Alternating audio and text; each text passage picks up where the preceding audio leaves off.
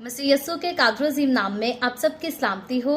कई बार हमारे अजीज या हमारे माशरे के लोग कहते हैं कि हम जो हैं हम मसीह की लाडली कौम है, क्योंकि मसीह यस्सु ने अपना खून बहाकर कफारा अदा करके हमें खरीदा है और अब हम जो चाहें आज़ाद हैं, अपनी ज़िंदगी में कर सकते हैं। लेकिन याद रखें मेरे अजीज़ों, खुदावंद के कलाम में से गलतियों उसके 5वें बाब की 5वीं आयत में खुदावंद का कलाम हमें यूँ सिखाता है कि मसीह ने हमें आज़ाद रहने के लिए आज़ाद किया है, बस कायम रहो और दोबारा गुलामी के जुए में ना जुतो।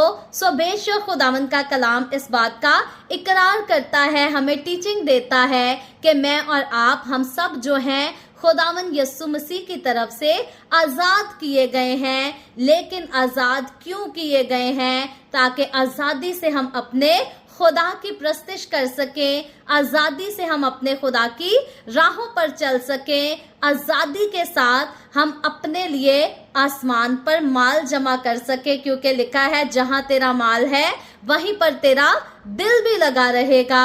सो मैं और आप हम इसीलिए आज़ाद किए गए हैं ताकि अपने जिंदा खुदा को खुश कर सकें। और खुदावंद का कलाम मुझे और आपको हम सबको मुताहिद करता है और कहता है, याद दिलाता है कि कायम रहना है हमें। किस में कायम रहना है? जिसने हमें आज़ाद किया है उसी मसीह में हमें कायम रहना है, उस मसीह की तालीम में कायम रहना है। मसीह ने जो तालीम दी है अपने आप को पाक रखने की, क्योंकि मसीह खुदावंद यस्सु ने फरमाया कि जैसा मैं पाक हूँ वैसे ही तुम पाक बनो। पौलुस रसूल ने भी बार बार जो है इस बात की तालीम दी है कि हमें पाक रहना है, हमें अपने आप को पाकीज़गी में रखना है, रास्तबाज रखना है, क्योंकि खुदावंद यस्सु मसीह ने सलीब पर कफारा इसीलिए अदा किया ताकि मुझे और आपको हम सबको रास्तबाज ठहरा सके, गुनाहों की गुलामी से आज़ाद कर सके। और अब अगर हम गुमान करें कि हम मसीह की लाडली कौम हैं और हम मसीह के आज़ाद किए गए हैं और हम अब जो चाहे कर सकते हैं, तो खुदावंद का कलाम आज आगाही देता है कि हमारे लिए लाजिम है कि हम मसीह में कायम रहें, मसीह की तालीम में कायम रहें,